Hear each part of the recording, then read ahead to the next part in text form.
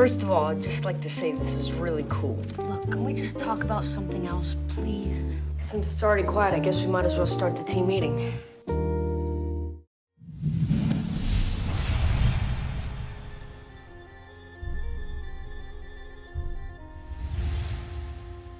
Greetings, Little Big Leaguers, wherever you're listening or watching. This is episode 4 of the 2026 Little Big Fantasy League podcast. I'm Leo, owner of the Lou Collins Heartthrobbers, joined tonight by Joe, the owner of Carry Bonds. How are we feeling tonight, Joe? Feeling good. Nothing better than a podcast night. Nothing like it. Good old Monday night here, and we are recording this episode on March 16th.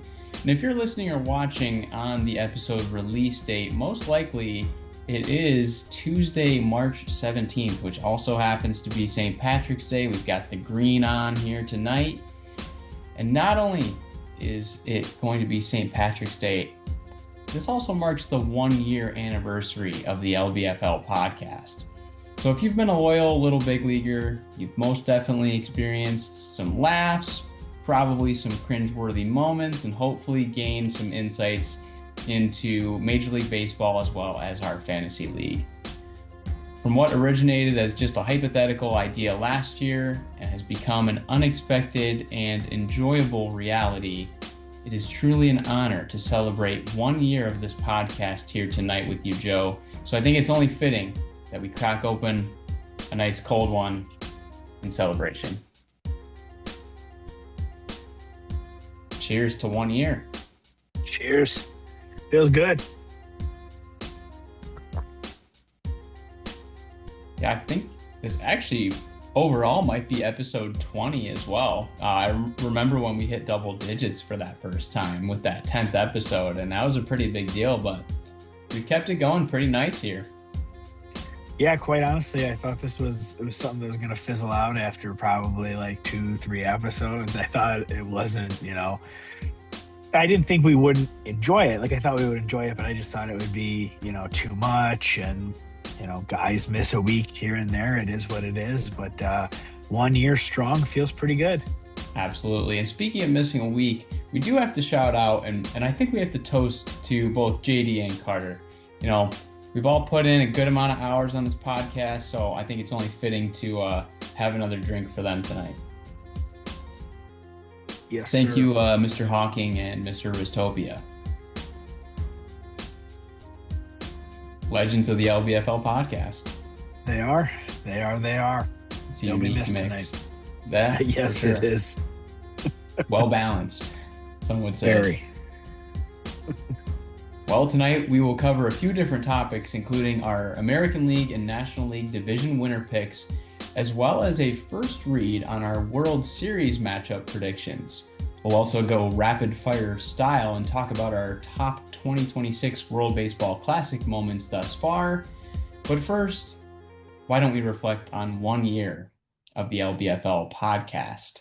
So, if you're a loyal listener or watcher, we love a good old special feature segment. Now, there's been many different segments throughout now 20 episodes, and I will name them off here in alphabetical order so you can just reminisce on some of the greatness that you've experienced. The 7th inning soapbox. Okay, nice opportunity to pretty much state your case on the hot topics that are going on. Always a good one.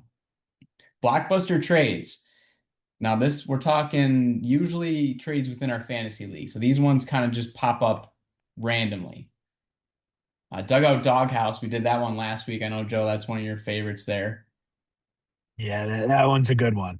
It's got a special place in my heart. Jurickson Profar, the latest victim of the Dugout Doghouse. Go back and watch episode 3 from last week if you missed that. Grab Bag. We've only done that one really once.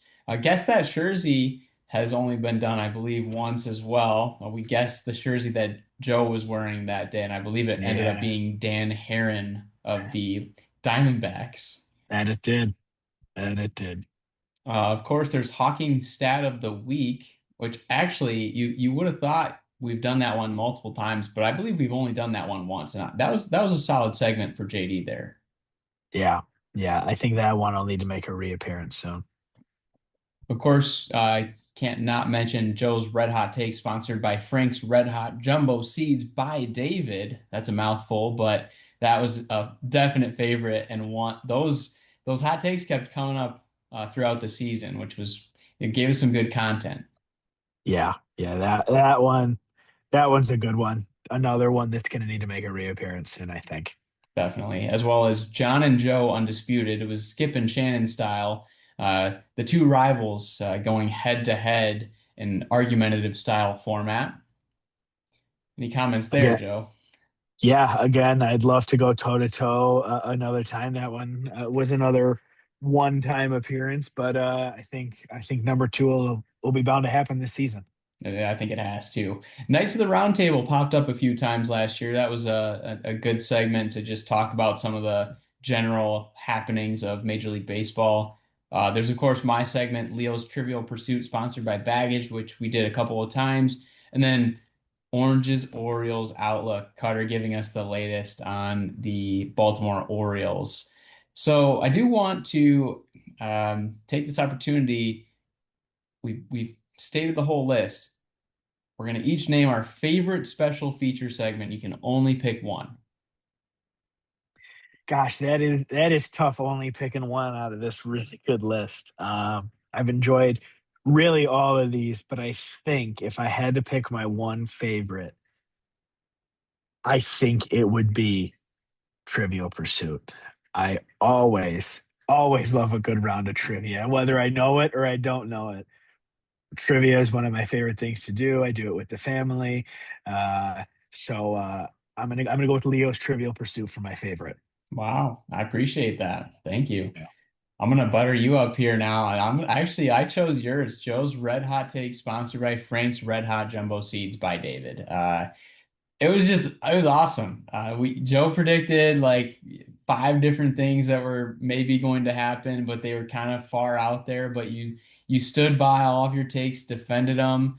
I don't know if they turned out as hot as we expected them to, but again, gave us some great content. Got to listen to some hard rock music in the background, and then of course got to make a pretty fun ad starring Jared Saltalamacchia on the Boston Red Sox 2013 squad.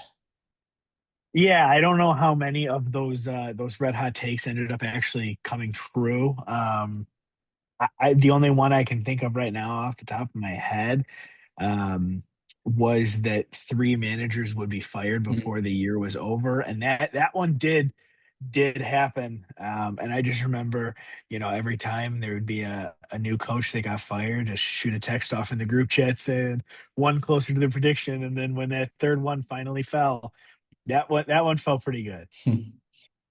Yeah, though that came to fruition a lot quicker than everybody thought. So Yeah, that was definitely a good one. yeah, that one happened pretty quick. Most of the other ones, if not all of the other ones, I think did not happen. I think one of them was like the Dodgers get knocked out first round of the playoffs. That might have been the worst one. We wanted it to happen. Yeah, that one was a want, not necessarily a could happen, but you never know. Fair enough. All right, next question. What is the most underrated special feature segment? One that's maybe not talked about a whole lot. That I think I'm gonna have to give that one to Orange's Orioles Outlook.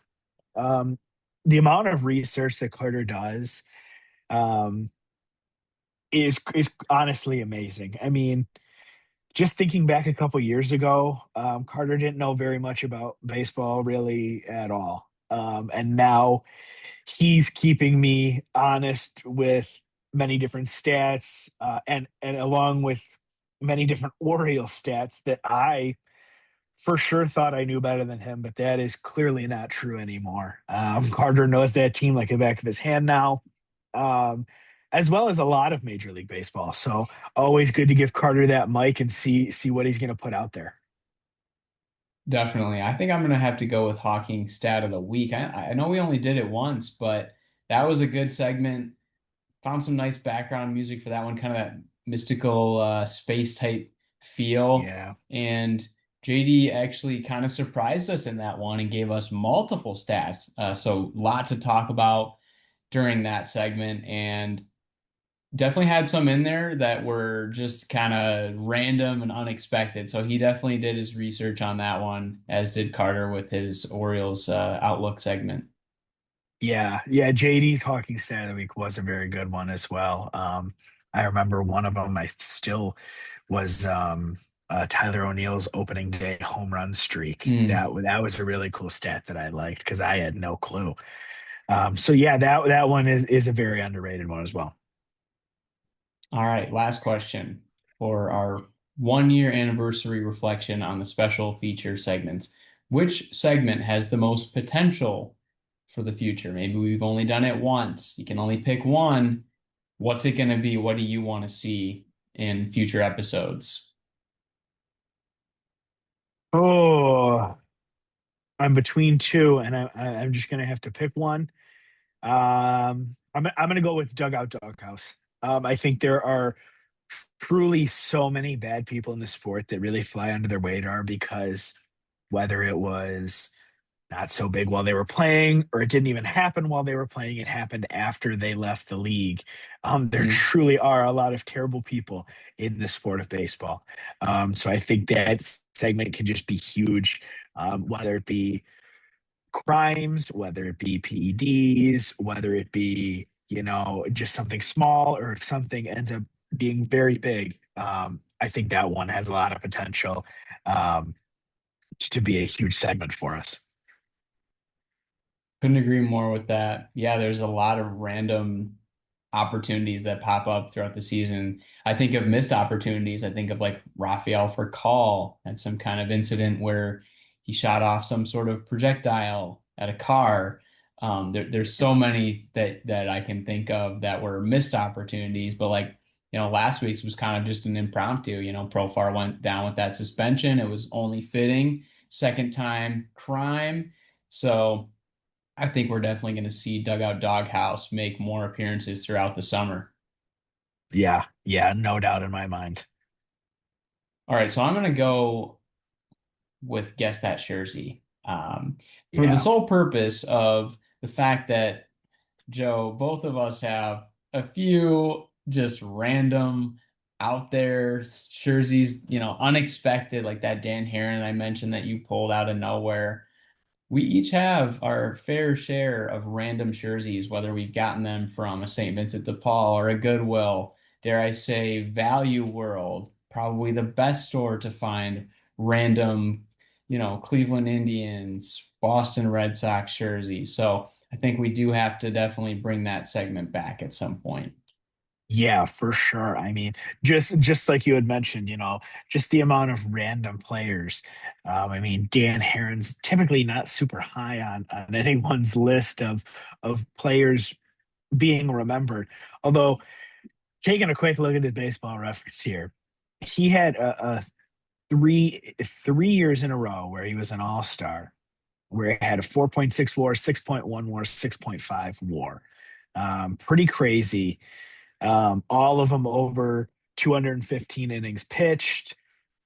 He really had kind of a stretch that went super underrated because I don't know very much about Dan Heron other than the fact that I remember him having long hair and I remember him being an Oakland Athletic. Other than that, I don't really have too much. Hmm.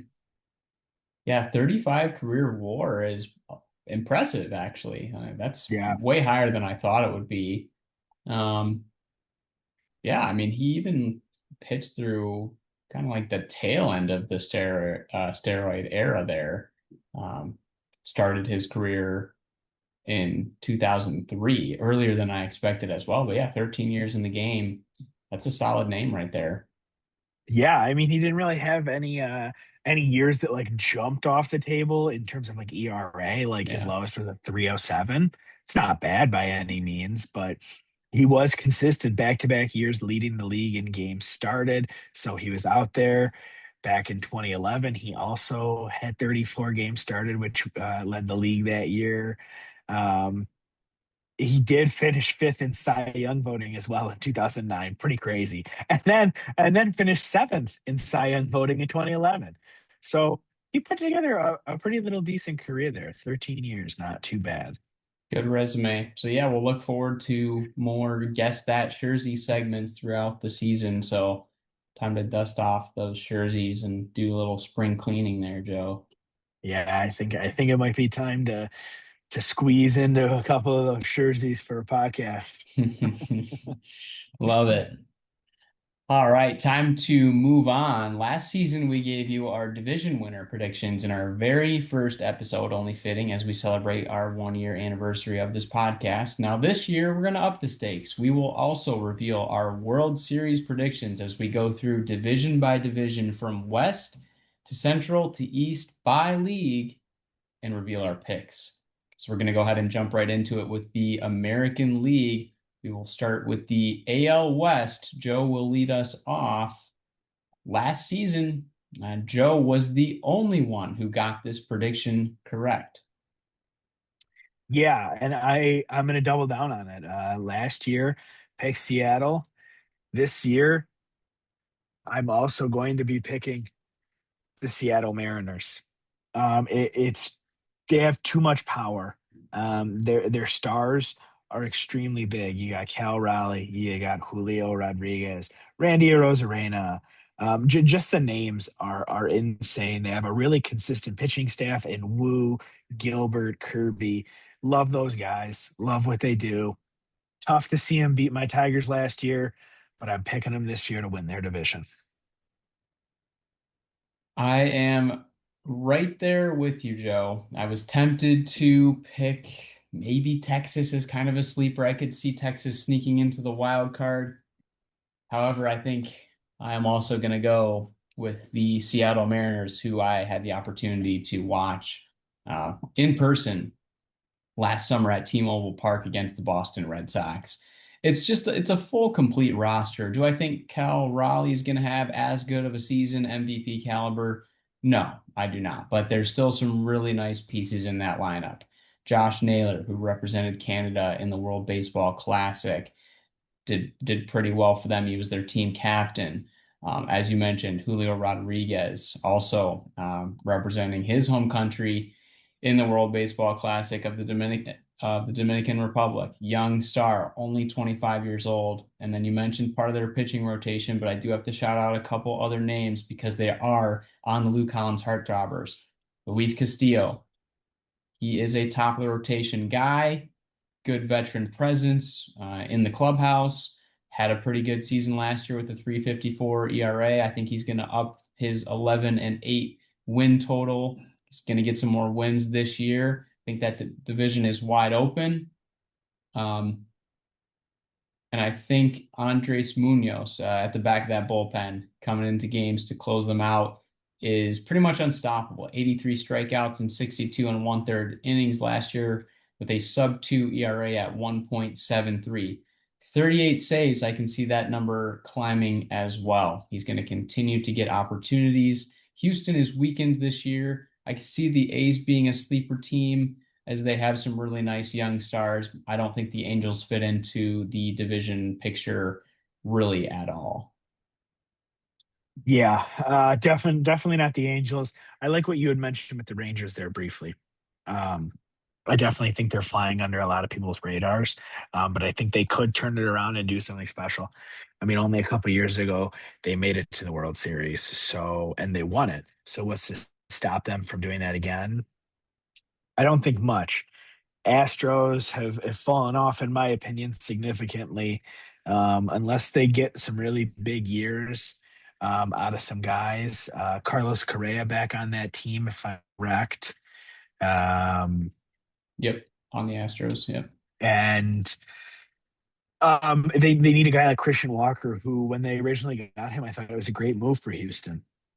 Christian Walker's really done nothing in his time in Mhm. Houston so far.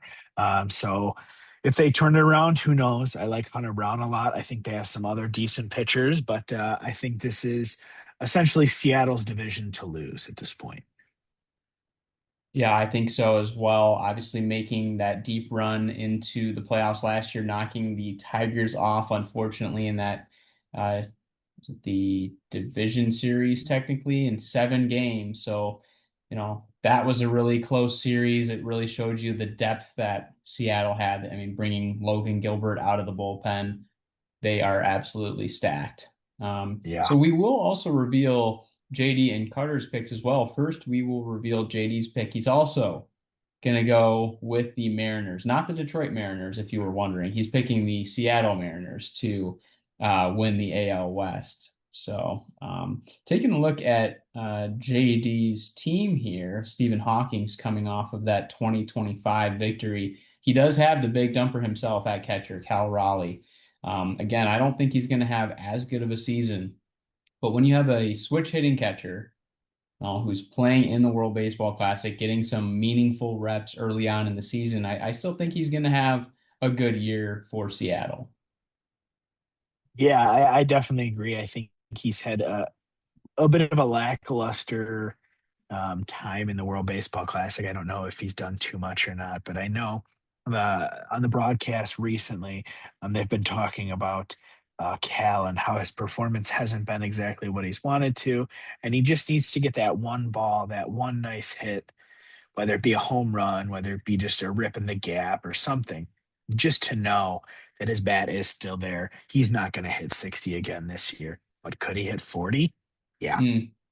Yeah, absolutely. Carter is going to pick the Seattle Mariners as well. Doesn't have any Mariners players on his team, but assuming the same line of thinking there, it is a clean sweep of the American League West. And again, Joe, you were the only one who got this pick correct last year. Seattle getting first. So this year, a little bit different of a look. Everyone picking the same team to win the AL West. So I think we're going to see that one other time throughout our predictions here tonight. So actually, no, we're going to see it twice. We're actually going to see it twice. So half the division predictions that we have are clean sweeps. That's pretty surprising.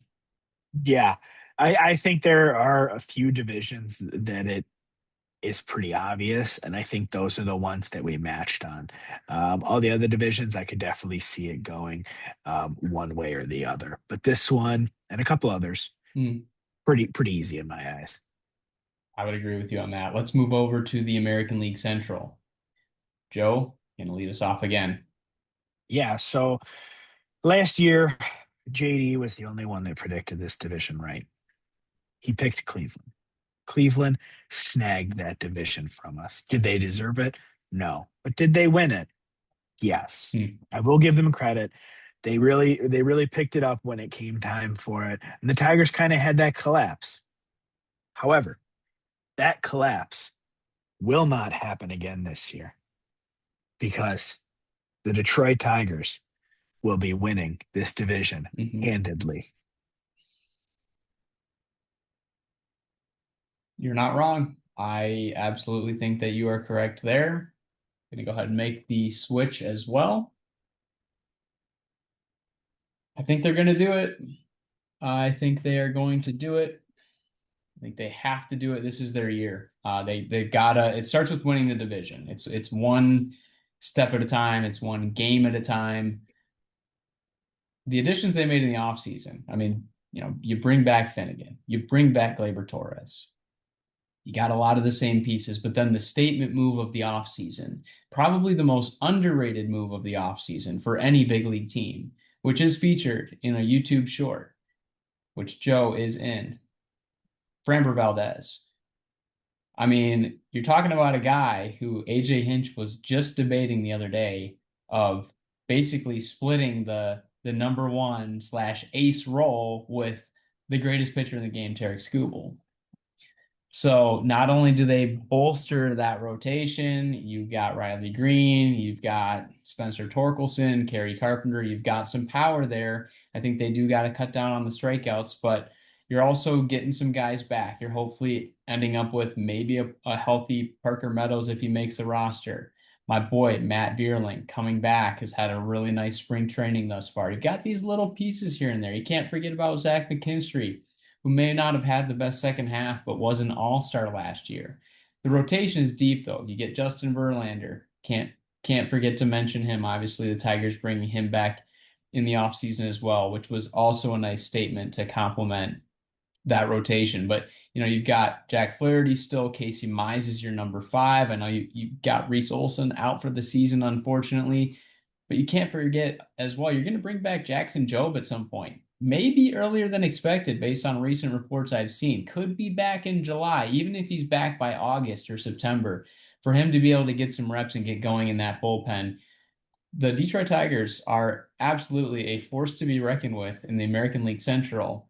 And not only am I picking them as my division winner, as you can see on your screen, there's a little crown above that old English D. The Tigers are going to wear a crown again for the first time since 1984. You can call this a red hot take. They are going to be the World Series champions. Yeah, I mean, I love it. I love thinking about my home team winning that World Series and bringing that title back to Detroit. Something that we have been definitely missing out on for quite some time. Um, the Tigers do not have the best roster in the MLB. Of course they don't. But are they one of the most, if not the most, fundamentally sound team in the MLB? Yes, I firmly believe that. They play the game how it should be played. Are they going to hit the most home runs in the league? No. Are they going to strike out the least? No. They're going to have their strikeouts. They're going to leave those guys on base. But when it matters most, they will play small ball when they need to. They will take first to third on a ball to the outfield. They will take advantage of the other team's mistakes, and they will make you pay for it. The Tigers are a true force to reckon with this year. Now, interesting, Joe, that you did not pick them as your World Series winner, and you did not place them in the World Series as well, which actually you are going back on your statement from the previously mentioned YouTube short on Framber Valdez, where you predicted that the Tigers would be World Series champions. What has changed over this last month? I think my take and my views have become quite possibly a little bit more realistic. I think there are better teams out there than the Tigers. I don't think they did enough on the offensive side of the ball this offseason. They really didn't make too many moves. Yeah, you brought back Glaber. That's really great. Glaber is going to be a very great leadoff hitter for you. He's patient, he doesn't strike out a lot, and he can put the ball in play. Really like that out of him. But we needed something more. We needed a little bit more in that lineup. Whether it had been a guy like Eugenio Suarez, who, yeah, strikes out, but he'll hit you 40 to 50 home runs in a year. I think we needed that power bat. Yeah, we have guys like Torque that'll hit 30, Green that'll hit 30, quite possibly 40. Carpenter, that if he gets those consistent at bats, can be a 35 home run guy, maybe more. But I just think we needed one more piece on offense to put us over that edge. I have the Tigers making a deep run in the playoffs, but I do not have them making it to the World Series. No. Fair enough. Fair enough. I will probably bring up that receipt though, just so you know. And I fully hope you do. I hope I'm wrong. I hope the Tigers win. It's a good way to look at it. Fingers crossed. Tigers 2026 World Series champs. You heard it here first. Yeah. Well, we'll look at JD's pick here. Not only has JD picked the Detroit Tigers to win the AL Central, he has also picked the Detroit Tigers as his World Series winner. Now, we talked about last year where JD was the only one who picked Cleveland. Cutter did not make a selection because he was so torn on the AL Central, which honestly was fair. I mean, the Royals are going to be tough competition, I think, in this division as well. So definitely worth mentioning. I don't even think it's worth really mentioning the Twins or the White Sox. They're just really not in the picture here. I'm most concerned at this point about the Kansas City Royals. I think they are a huge threat, but nice to see JD pick the Tigers after going with the Guardians last season. Yeah. Yeah. I can see why he picked the Guardians, but at the same time, you got to ride with your hometown boys. Unless they're down bad, piss poor franchise, which the Tigers are not, it's tough not to pick your hometown team. Carter's pick is the Detroit Tigers as well. So Carter is obviously an Orioles fan, kind of a secondary Tigers fan too. So Yeah, good to see Carter pick his hometown, his, I guess, home state team, right? Yeah. Yeah. Another one of those divisions where everybody picked the same team. I don't necessarily think this division is going to be close either. I think Cleveland only got worse. Now, especially the Class A will not be pitching. Um, yeah. Good point. Moving over to the American League East. Last year, nobody picked Toronto, the division winner and winner of the American League pennant. Now, it is worth mentioning, if you go back to that first video on our podcast, there was a comment from Tom, owner of the Barrel Age Boys. He said basically he was shocked that everyone was sleeping on Toronto. So that was a really nice early season prediction there by Tom, as Toronto ended up having some success. But all four of us, myself, Joe, JD, and Carter, all failed to pick the division winner, the Blue Jays. Joe, JD, and myself picked Boston. Carter, of course, picked the Orioles. Let's see where our picks lie this year. Yeah. So I took Tom's comment to heart. I don't like to be wrong, and I don't like to sleep on good teams. And the Blue Jays, they proved me wrong last year, making it all the way to the World Series, and quite possibly, in my opinion, should have won the World Series. This year, they don't make the mistakes they made. They don't let the Dodgers get in their heads. They close it out when they're supposed to.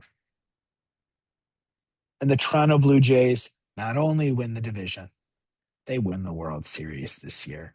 It's Toronto's year.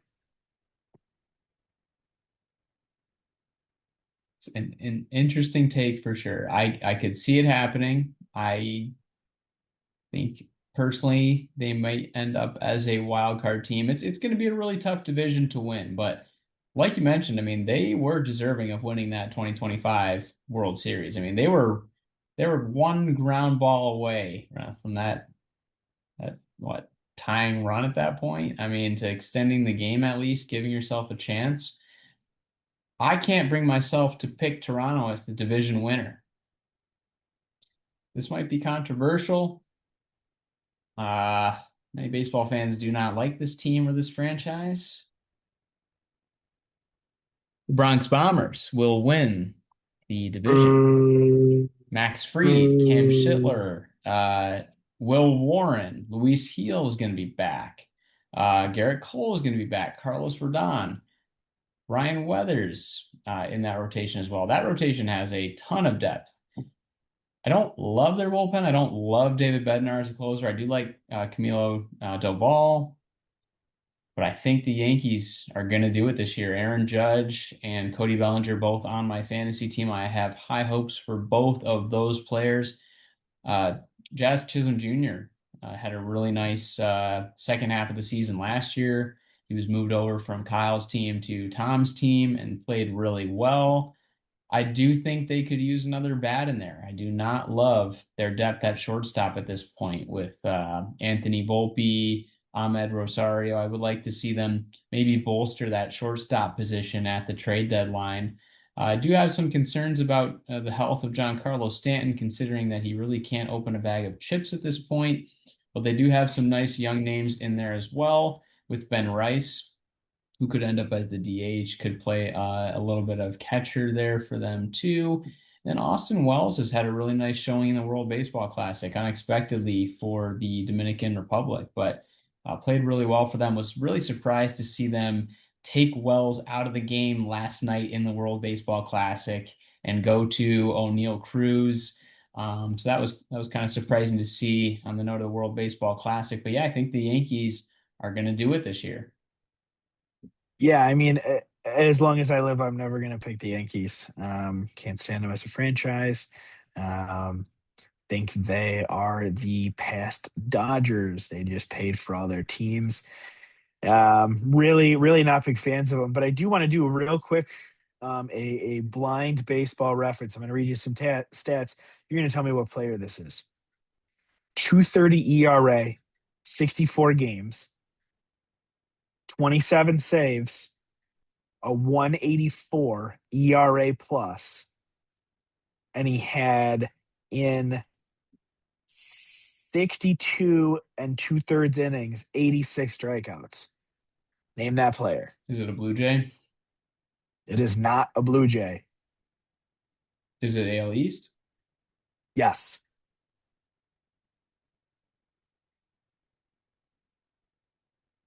Aroldis Chapman?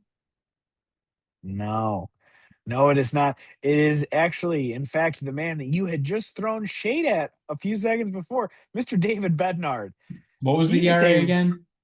230. Little higher, but in 62 innings, 86 Ks. David Bednar is a good closer. Did he do well for the Yankees, you ask? Not bad.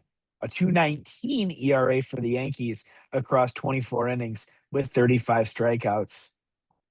David Bednar is a very good closer in today's game. And he's shown it in the World Baseball Classic here. He's come in some really high leverage situations and shut the door on some big teams. So I will not deal with that David Bednar hate.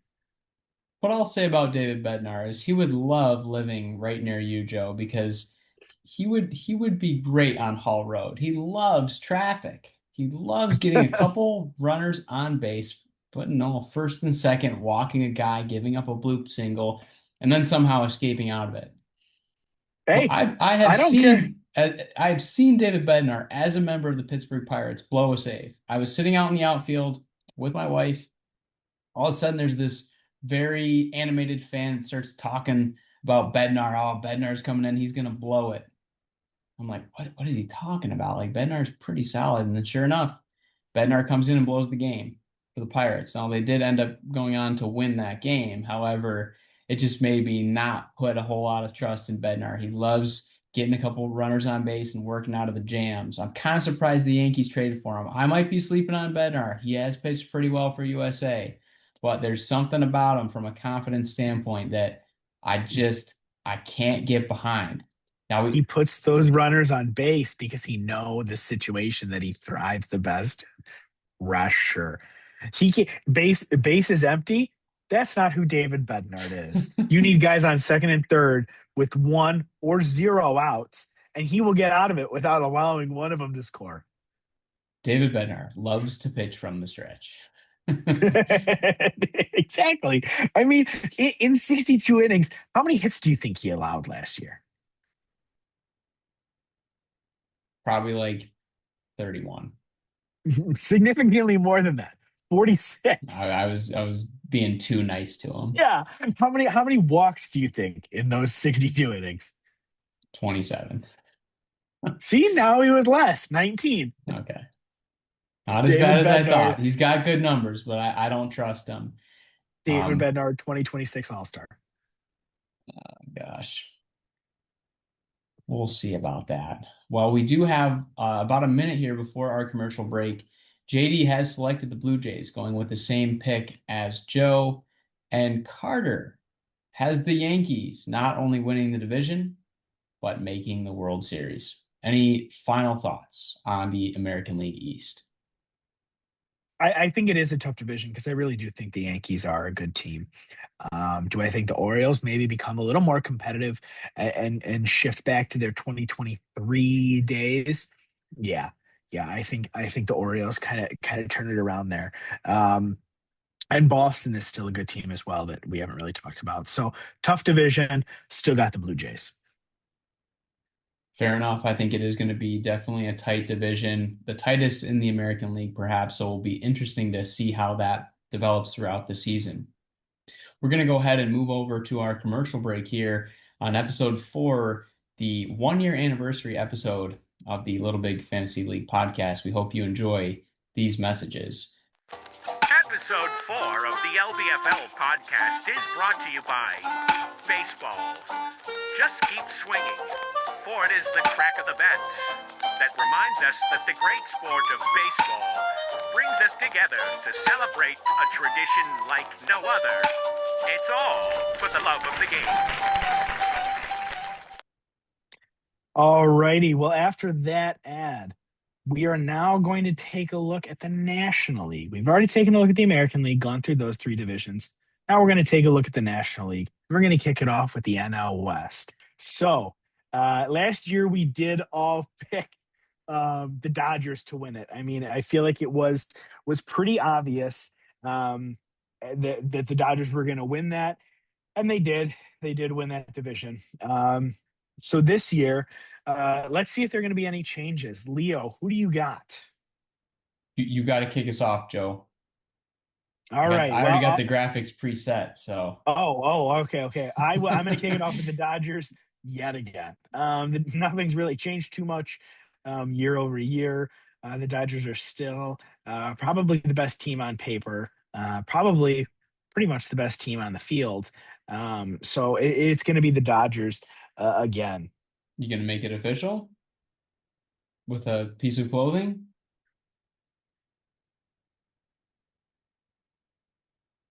There it is. I just did.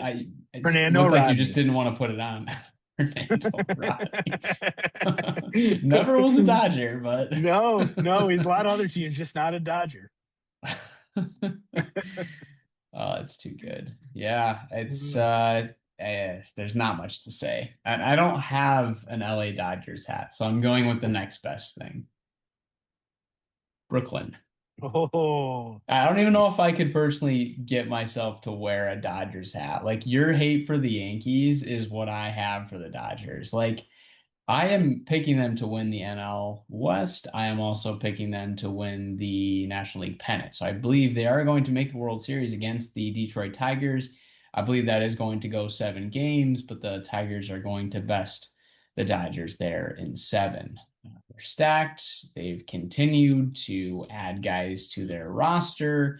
You lose Hall of Famer Clayton Kershaw, but does it really matter at that point?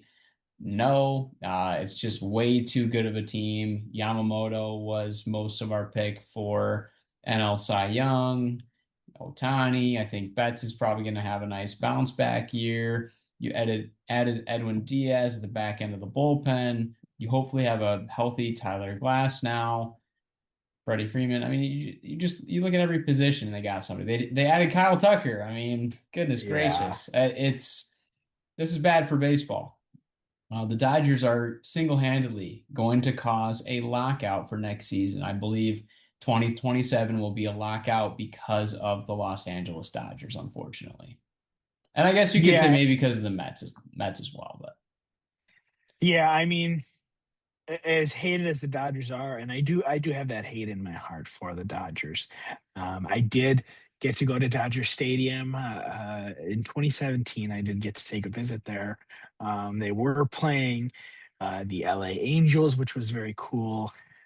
So I got to see both LA teams square off at Dodger Stadium. So I do have a very tiny special place in my heart for the Dodgers, just based on that fact alone.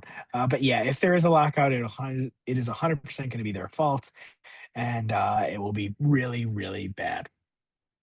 yeah, I knew you were going to mention something about that. I remember I kind of got that Dodgers fever back in 2000, was it 2008? When the Dodgers traded for Manny Ramirez and he went crazy for them. Boston traded Manny Ramirez and he went wild in the second half of the season. 53 games, 17 bombs, 53 ribbies, batted .396. And I remember I started up a construction of Dodger Stadium in Lego form, which was never finished, but like I had that Dodgers fever going, man.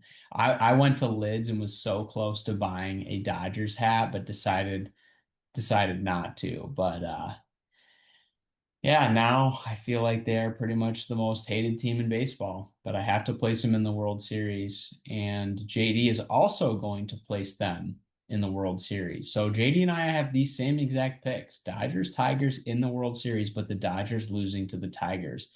Now, Carter, on the other hand, has picked the Dodgers to win the World Series. And Joe, I just can't blame him, honestly. Yeah, no, I mean, ultimately, when the Dodgers do go for this three-peat, it will be one of the most talked about things in sports if it does happen. not only for lockout purposes, but just to have a back-to-back-to-back, a three time in a row World Series champion doesn't happen very often. I mean, obviously, a lot of those old Yankees teams, I believe the A's may have done it quite a while back. Maybe they might have only gone back to back, but it does not happen very often. And that really would be something special. As hated as the Dodgers are, it would be something extremely special to see. All right, let's move on to the National League Central. Nobody picked the correct winner last year amongst us four, which was the Milwaukee Brewers getting first place. Joe, kick us off with your NL Central prediction.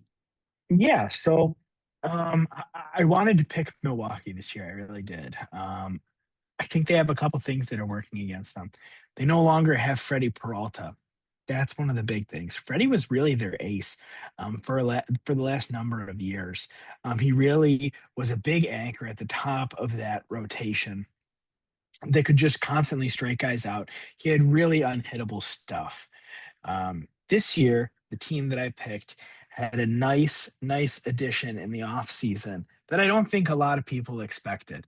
Um, I think this player was speculated to either stay with the team he was on or ultimately get signed by a really big market team like the Dodgers. But the Cubs went out and they got Alex Bregman. They really shored up that third base position by getting Bregman. He is an extremely good player. As annoying as he can be, mainly his Astros days where he was really annoying and just has that very smug, punchable face. He is a phenomenal player. I mean, you look at some of the past years here. Last year, 3.5 WAR, but that was only in 114 games. He had a 4.1 the year before, 4.9, 4.5. Had a couple of down years. Obviously, the 2020 year, you can't really count. 2021 was a down year, but in 2019, the man put up an 8.9 WAR with 119 walks and a 296 average. Truly an incredible season. And by the Cubs signing him, I think they become favorites in that division. Hey, Chicago, what do you say? Why don't you go ahead and win that NL Central someday? Someday being this season, of course. Starting to look a little more like Steve Bartman the more as this podcast progresses. I got the green crew neck with the Cubs hat on. The only thing I'm missing is the full-on over-the-ear headphones and a baseball in hand after some fan interference. But yeah, the Chicago Cubs, I think, have this NL Central locked up. I think the one thing I kind of worry about is the rotation. They don't have a true ace. I don't believe Matthew Boyd is an ace. I don't believe Shota Imanaga is an ace. I like Cade Horton, Rookie of the Year. That's a really nice piece. Very underrated pitcher for Chicago. Jameson Taillon. And then another offseason move that's worth mentioning, Edward Cabrera is currently listed on their depth chart as the number 5 starter. I believe he is better than your average number 5. So it's a well-balanced rotation. It's not dominant. I could see them making a trade deadline move, such as Sandy Alcantara, maybe getting Edward Cabrera's former teammate to kind of bolster that rotation for that second half of the season. But as you mentioned, Alex Bregman, a huge addition to the team. I honestly don't think losing Kyle Tucker is as bad as people make it out to be. You've got another season of PCA. Michael Busch had a nice breakout season last year, but you've also got a little bit of depth. Matt Shaw does not currently have a starting spot on this team. There's a rumor that he could be traded. They added Michael Conforto. So they have a little bit more depth than they did last year, I believe. Now, the Brewers are also, I think, a force to be reckoned with in this division. As you mentioned, Joe, they don't have Freddie Peralta anymore, but still, you've got Jackson Churio, you've got Jacob Mizrowski, and then I think it's also worth mentioning the Reds in this as well. There's definitely some questions in that pitching rotation. Hunter Green's going to be out for a little bit. Sounds like Chase Burns is probably not going to start the season in their starting rotation. He will either start in AAA potentially to kind of build up his arm again or out of the bullpen. So there are some concerns with the Reds. I don't know if Rhett Lowder is going to be able to carry them to a National League title. in that Central Yeah, Division. I think the one thing that the Reds do have going for them is Rhett Lowder. How could you not root for the guy? Um, but talking about their starting rotation, like you had just mentioned, I actually read quite possibly the opposite, that Rhett Lowder and Chase Burns are fighting for a rotation spot against each other, and Chase Burns is edging him out. Rhett Lowder's had some good starts in spring. However, I believe in one of his most recent starts, he did get roughed up quite a bit. Um, I've read that Chase Burns has already some of that experience, a little bit more than Lowder has, and I think that last spot could go to Chase Burns, but it all depends on injuries, how the Yeah. guys are feeling. Rhett Lowder's really struggled with injuries, especially the last year, between the shoulder, I believe, the oblique. He's had a tough go of it. So if he doesn't start in the major league roster, I would not be surprised. But quickly expect him to move up there and win that 2026 Cy Young Award. Yeah, I've gotten some mixed messages on Chase Burns. I saw earlier today that he was having a range of motion issue, but then the Mm. latest headline, as of 4 hours ago, Reds Chase Burns impresses in spring training. So there's some mixed messaging there. A lot of confusion and frustration from Reds fans that I've seen on X, just on like what the heck is going on with our starting rotation at this point. Andrew Abbott was named opening day starter, but Reds fans are a little bit worried about their training staff and the state of injuries regarding their starting rotation, which makes sense when you've got Lowder, Burns, Green, all with some injury history or ongoing injuries right now. Um, let's move on and look at JD's pick here.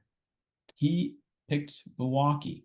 So he's looking for back to back there in the NL Central. And honestly, I think the Brewers are going to at least be a wild card team. That NL East is probably going to have some wild card teams in there as well. But yeah, Milwaukee is a solid pick there for JD. Yeah, yeah.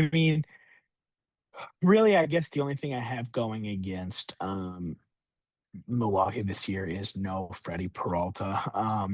Quinn Priester, who is a pretty big piece for them, optimistically will be out till May. That is optimistically. The more realistic timeline is late May to early June. Um, and that's going to be a hit on them, as well as a hit to Kerry Bonds. Um, so definitely not sure what is going to happen there. But I still could see the Brewers making an insane run like they did last year and winning X amount of games in a row and overtaking that division. Totally fair. JD really likes the Brewers manager he mentioned last week as Yeah. well. So Pat Murphy, the head of the Brewers squad. So yeah, I think the Brewers are always just a consistently good team, no matter what. I really thought that them losing Craig Counsell last year was going to be a hit. But I like Craig Counsell. I like the Cubs, and so does Carter, as he's going to also select the Cubs to win the NL Central here. So JD being the only one that picks the Brewers, and Carter goes with the Cubs. So clearly, Mr. Rogers sees something in the Cubbies. Yeah. Yeah, I think Cubs division to win, but it would not shock me at all whatsoever if the Brewers end up winning it back to back. Yeah, absolutely. Why don't we move on to the NL East, our final division of predictions, reflecting on last year. JD was the only one who picked the division winner, the Philadelphia Phillies. Who did the fellas select this season? Yeah, so I do like the Phillies. I think there are a few aspects to their team that might have holes in it. Obviously, I still like Bryce Harper, but I do know he is aging. I do not believe they still have JT Realmuto, if I'm correct. No, they snagged him back, actually. They Oh, did. they did. Yeah. They It did. was kind of Okay. last minute. They pivoted. I can't remember who they were going after, but they weren't able to grab somebody, and so they pivoted and re-signed Real Muto. Realmuto, he's not a bad player by any means, but one thing that was very attractive about him was his speed, but now as he gets older, that speed is slowly declining. He is actually turning 35 here in 2 days. Um, so I'm not sure how much I love that Phillies team. With that being said, there is consistently a team in this division that underperforms, whether they sign a bunch of guys, whether they have some nice development in their organization. They can go out and spend a crap ton of money, but yet they still manage to underperform every year. This year, they will not. The New York Mets, the better New York team, will be winning that division this year. And not only will they be winning it, they will be making it to the big game, the World Series. No shot. They always Okay. look too good to be true. I feel like every single year they give me this like false hope, and I cannot get behind it this time around. Looking back to predictions from last season, I was the only one on this podcast that selected the Mets to win this division, the NL East. I will not do it this year. I cannot bring myself to do it. Something about Steve Cohen that's just a little too fishy for me. And no, I'm not going with the fish. I'm not going with the Miami Marlins. I'm going with the Broad Street Bullies. The Philadelphia Phillies are my choice to win the National League East, and it is a result of their stacked, absolutely stacked pitching rotation. Wheeler, Sanchez, Luzardo, Nola, Walker. That is a really nice five. Yohan Duran, the closer. Um, just a different kind of intensity when he comes into the game. That crowd is electric. I hope Harper has a bounce back season. I think he's capable of doing it. Trey Turner, my Lou Collins heartthrobber trade acquisition from Tom last season. I've got high hopes for him again. Kyle Schwarber re-signing was absolutely key for this team. There was rumors that Schwarber was going to go to the Reds and ended up back in Philly. I think that bringing him back is great. And Adolis Garcia will add some power to that lineup moving over from the Texas Rangers signed with Philadelphia in free agency. But I don't want to discount the fact that the Phillies made a very bold move in releasing Nick Castellanos, who honestly I think was he was toxic to that clubhouse. I really do think. Just wacky circumstances overall. Back in February, he posted on his social media a handwritten note that explained why he was benched in a game last season. And the reason why he was benched is he took some beer into the dugout during a game. And it was odd. The apology was odd. It was this, this handwritten note that he just kind of posted a picture of. And honestly, I think he was kind of phasing out at this point in his career. And so the addition of adding Garcia on a 1 year deal to replace Castellanos in the outfield is going to improve this Phillies team. So I do think the Phillies are going to win the division. I don't think they're going to make it too far into the playoffs, but who knows? Because I think that starting rotation is excellent. I think the only leg up that the Phillies have on the Mets is their starting rotation. I think every other aspect of the Mets is better than the Philadelphia Phillies. At catcher, Francisco Alvarez versus JT Realmuto. I'm taking Alvarez. First base, I'll give you Jorge Polanco versus Bryce Harper. Jorge Polanco had some really clutch at bats last year in the Seattle's postseason run, so I really like that signing, but I'll still give it to Harper. Second base, New York Mets signed Marcus Semien. I like that move. They traded for him. Marcus Semien, yeah, he's on the older side, but he's still an extremely consistent hitter. They went out and bought Bo Bichette this year. They still have Lindor at shortstop. They have the highest paid fielder only, excluding Shohei Ohtani, Juan Soto. They just went out and got Luis Robert, who's looking to revive his career, getting out of that dingy Chicago White Sox team. And then you have Mark Vientos at DH. I really think that the only advantage that the Phillies have is that rotation depth, because Zach Wheeler versus Freddie Peralta. Yeah, I'll give it to Zach Wheeler. Zach Wheeler is one of the best in the game. He should have multiple Cy Youngs, in my opinion. Um, but Nolan McLean is your number two. Yeah, he's young. He doesn't have a ton of experience, but hell, he has the potential to be the ace of that team. Sean Manaea has put together some really consistent years. Clay Holmes as well, being transferred from that reliever to now a starter. David Peterson, David Peterson, and Kodai Senga kind of rounding out that bottom there. I think Kodai, yeah, he had a really, really awful year last year, but we can't forget when Kodai had his really amazing year, I believe in 2023. He is only a couple of years removed from that, and he's battled some injuries. So I look forward to Kodai becoming that 4.5 WAR, 298 ERA pitcher with 202 strikeouts and 166 innings like he had in 2023. High hopes for sure. I think somehow it's too good to be true. It is just, I don't know, something is just off. I don't know what it is, but it's like, yeah, too many superstars is the feeling I get with that lineup. And I just don't think it's a good enough pitching staff. But hey, I am the only one that picked the Phillies in this division because we look at JD and Carter's picks here. JD has picked the Mets. Carter has picked the Mets. So I'm the lone wolf picking the Phillies here. But really some solid predictions all the way around here in the NL East. The Braves were not picked. I think there's some question marks on what the Braves can do after probably the most disappointing season of any team last year. I don't really think that the Marlins are really in a spot to contend, and I think the Nationals are kind of in the same boat. Yeah, I mean, the only team that wasn't mentioned that I see has a chance is the Braves. But the thing with the Braves is pretty much their starting rotation is all made of glass. All of them get injured. I have zero confidence in their pitching whatsoever.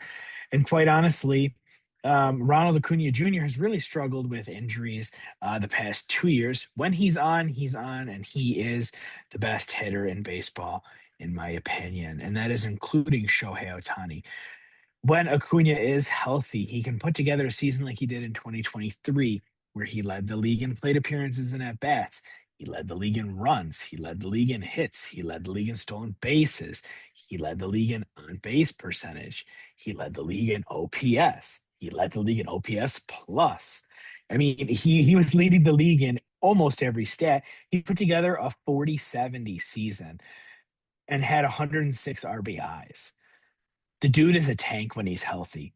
The only problem is getting him healthy because in his career, he has had 2 seasons where he's played 120 games or more, 2023 and then 2019.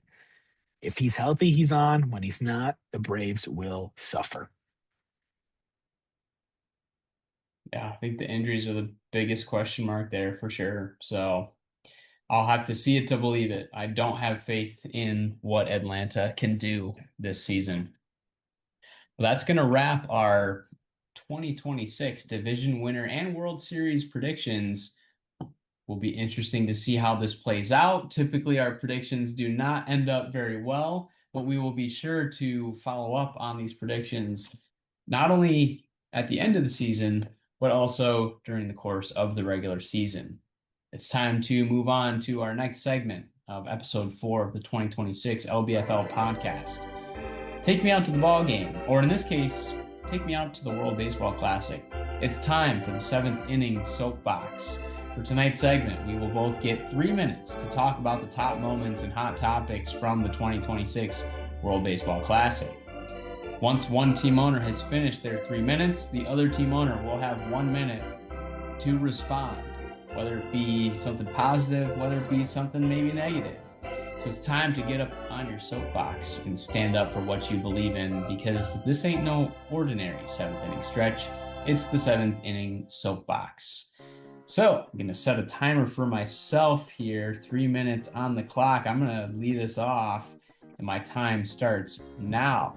So this is the 6th ever World Baseball Classic, and I do think it's worth mentioning the past champions. Japan is a 3-time champion, and both the US and Dominican Republic have one World Baseball Classic title. Now, as of tonight, the US has already made it into the final, which will take place on St. Patrick's Day tomorrow. And so tonight it's between Venezuela and Italy to determine who will face off against the US in that championship game. Now, this is kind of off topic, but I would like to shout out Ozzie Albies, a Lou Collins heartthropper, for hitting the first ever walk-off home run in World Baseball Classic history for the Netherlands back on March 7th, which honestly was pretty surprising that this is now the 6th World Baseball Classic and the first ever walk-off home run. And then the second one happened just hours later. But getting back on topic here, I can't say enough good things about USA outfielder Roman Anthony, who replaced Corbin Carroll on the USA roster and has made it clear that he is already an all-star caliber player after coming back from his injury-shortened season in 2025.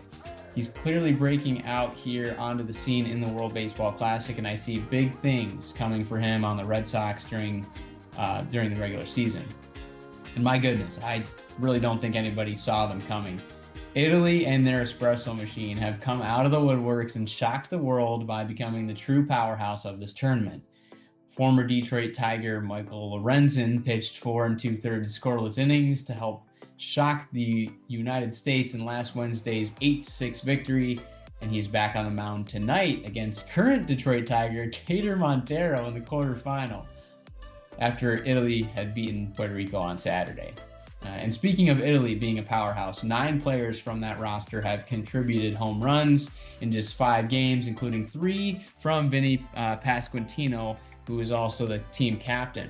But don't count out Team Venezuela, who played with a ton of passion against Japan on Saturday and knocked out the reigning champions of Japan. I think future Hall of Famer Miggy is having a huge impact on Venezuela. That is a tight-knit group. And whoever the U.S. ends up playing in the final tomorrow, Nolan McLean has a tall task ahead of himself as he gets the nod to start that championship game. Now, shifting my focus a little bit, I was a bit disappointed by the constant roster changes from this tournament. We saw the controversy with Skubal, who made just a single start before going back to the Tigers. There's been other roster turnover for the U.S. Now, overall, I think the World Baseball Classic has been thrilling. I've had a lot of opportunity to watch the games. It's great atmosphere. It's next level. The fans go nuts. The players are passionate. But I think that I would like to see some rule changes happen regarding roster restrictions, as I know that there are some players that have not been able to participate as well due to insurance reasons. I have plenty more to say, but my 3 minutes is actually over. And so I will now give you, Joe, the chance to respond. Yeah. Just really well put on all of your points there.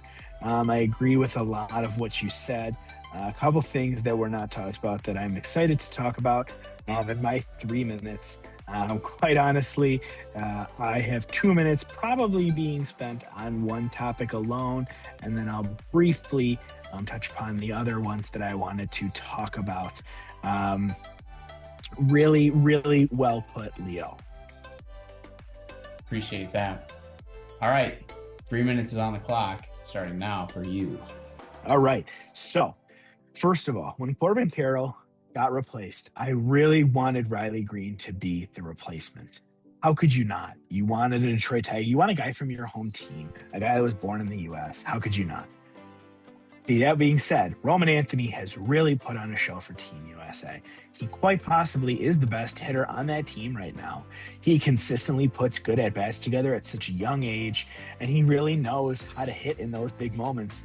Something where I haven't seen Aaron Judge shine too well, and that is the main knock against Aaron Judge, is he really does not come up in a lot of clutch moments, and that seems to be the case right now in the World Baseball Classic. I would love to see Italy and US rematch in the finals, and hopefully USA get another chance to beat the Italians. Will it happen? I don't know, but I'd like to see it happen. But I would also like to see the US go against Team Venezuela and Miguel Cabrera, quite possibly my favorite baseball player of all time. I think Miggy, like you had said, had a very, very positive impact on this team, and I think it only goes up from there. My last point before my main point, Mason Miller might deserve the MVP of this World Baseball Classic. He has been dominant when he has been put into games. He is not allowed to run yet in any of his appearances in the World Baseball Classic. He has appeared against multiple different teams and continues to shut out those teams. With that being said, my last point, Mark Derosa, what are you thinking? How can you get on something that is live and say, we already have a spot locked up? No, you don't. You do not have a spot locked up. How could you think as a manager of this damn team? God gave you this team. God said, here, I'm going to hand you essentially this World Baseball Classic on a silver platter with this team that I'm putting in front of you. And you somehow nearly managed to screw it up by losing to Team Italy. Are they a talented team? Yes. Your team, 100% more talented. No doubt in my mind. You're going to lose to a guy like Vinny Pasquantino? I'm sorry, he's not a top 10 hitter, and you have several top 10 hitters on your team. What are you doing? Use your team right, and you will win the championship. Mark Derosa, you need to get your head out of your ass. You need to stop focusing on how you look in the media's eyes. No one cares. They care how you look to your team, how your team looks up to you. That's what you care about. I don't give a crap if you look like a fool in front of the media. If your team likes you, and I don't think your team likes you right now, you've already looked like a fool. Okay, fine. Your team doesn't respect you right now. They saw that clip and they're like, well, he doesn't know what he's talking about at all whatsoever. Mark Derosa, figure it out, take a step back, manage this team how it needs to be managed. That's all it takes, and you will have a golden shot at this. I know Scooble only gave you one game. I know you can't pitch Skeens every single day. I get it. I do. You have an extremely talented team. Please use it the right way, and you will be good. Just over on time as well there. I think we could have each gone for about 4 or 5 minutes, so we might have to adjust our timing next time. But I will take this next minute to respond to your thoughts there. Definitely would have liked to have seen Riley Green replace Carroll, as you mentioned. But yeah, I mean, as I mentioned too, I'm very happy with Roman Anthony, and this is really his breakout. Italy's been fantastic. I don't want to take away from what Vinny Pasquantino's been able to do, hitting 3 home runs. He's been the captain of that team. He basically recruited the team. Francisco Cervelli doing a really nice job managing that squad, but I truly believe that is Pasquatch's team. So he's been a huge impact bat overall. I totally agree with you on the Mason Miller MVP. I think going back to like September, he's retired like over 50 batters in a row, which is just absolutely absurd. We failed to mention any of the other NL West teams in our predictions, but the Padres could sneak into a wild card spot, and Mason Miller could be a big part of that. Now, I'm right there with you with Derosa, but to me, the crime of this tournament is just part of the format and rules that I didn't get to talk a whole lot about. I know I'm over on my minute here, but we do have a few extra minutes to talk some WBC. So, I think it is worth mentioning. The WBC takes place during spring training, a time where most players are just trying to get their feet wet, seeing live pitching for the first time, getting some innings in. And so, that creates some underlying issues for the tournament. I'd like to mention a few names here. Mike Trout, Francisco Lindor, Elly De La Cruz, Jose Barrios, Carlos Correa, Jose Altuve. Those are some names that are not participating in this year's Baseball Classic. And what do they all have in common? Either one, they couldn't get the correct insurance to participate in the tournament, or two, there's some underlying injury concerns based on their teams. For instance, Elly De La Cruz, the Reds did not want him to participate in the World Baseball Classic. Now, it's a shame because this is a great tournament, but I think that whoever's in charge of putting this tournament together needs to ensure that we get the best of the best players to represent their countries. Because sure, you can say, oh, it's great, the story of the Australian player that's a, technical engineer, what have you. But it's like, if I've got this no-namer going up against Shohei Ohtani, what are we doing here? Like, I get it's cool, he gets to represent his country, but this should be Olympic style. This should be best of the best going at it here. And so I think we're missing some aspects of this too. And then the second thing that I briefly touched on, it's the roster turnover. All of a sudden, Will Vest joins the team out of nowhere. There's been a couple other guys, especially for the U.S. team. I hate to critique the home country team, but man, Clayton Kershaw's on the roster, doesn't even get an inning. Starts drinking a Michelob Ultra out in the bullpen in the last game that he was eligible to pitch in. It's like, what are we doing here? Like, it's not even a team anymore. It may as well just be like the whole country of the U.S. I mean, I'm convinced that Mark Derosa could call you up tomorrow, Joe, and be like, Joe, we're adding you to the championship roster for tomorrow. Or for, I guess it would be tonight if he calls you tomorrow morning. It's like, what are we doing? Like, right. I don't know. This tournament is slightly broken. Yeah, no, I 100% agree with you there. It is really tough, like you said, when there is that turnover, and you almost can't feel like there is any sort of cohesion between these guys. The biggest thing is a lot of these teams don't play together. And that's tough. These guys don't play together on a daily basis. Pitchers don't throw to these catchers all the time. These outfielders, these infielders, they don't play together. So it is really tough. And that's where I will give Mark Derosa a little bit of slack. But if I got a phone call from Mark Derosa tonight and said, Joe, I want you to play tomorrow for the World Baseball Classic for Team USA, I ask one question. Are you managing that game? And if that answer was a yes, end the call, hang up the phone. He needs to do a better job. And if he wins this championship and shows me he can do a better job by managing it, then and only then will I be proud of Mark Derosa. I think it's worth showing the Little Big Fantasy League podcast listeners a few clips of yourself, Joe, from Poppleton Park a few years ago. So we're going to go ahead and pull up some footage right here.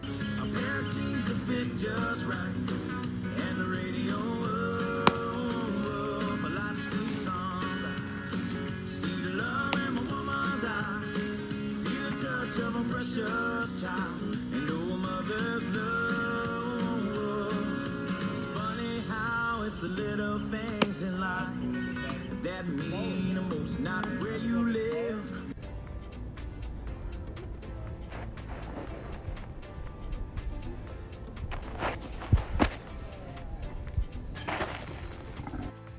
Yeah. Did I need some assistance? Am I number one? No.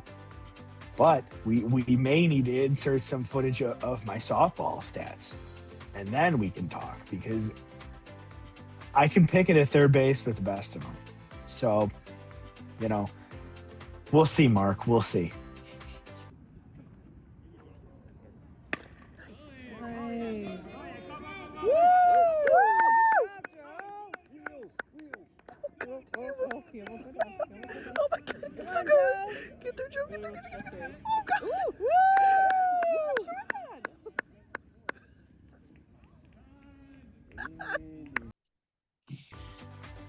Well, should be interesting. The Venezuela game against Italy is going on right now. Give a scoring update, as we just have about a couple minutes left in this podcast here. Trying to pull up the score right now. Joe, you got anything on pulling it up right now? I am seeing Italy is winning 2-1 in the bottom of the fifth. Wow. Okay. So tight game. Looks like maybe both Montero and Lorenzen pitched well. So it's going to probably come down to the wire here.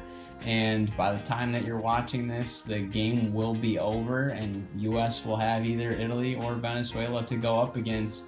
So that will be something that we cover in next week's episode, a wrap of the World Baseball Classic. And we'll also talk about the upcoming start of the 2026 MLB season, just a few weeks away. Team owners, make sure you have those rosters all set. But we'd like to thank everyone for tuning in to this 1-year anniversary special of the Little Big Fantasy League podcast. And in the meantime, never stop chasing your Little Big League dreams.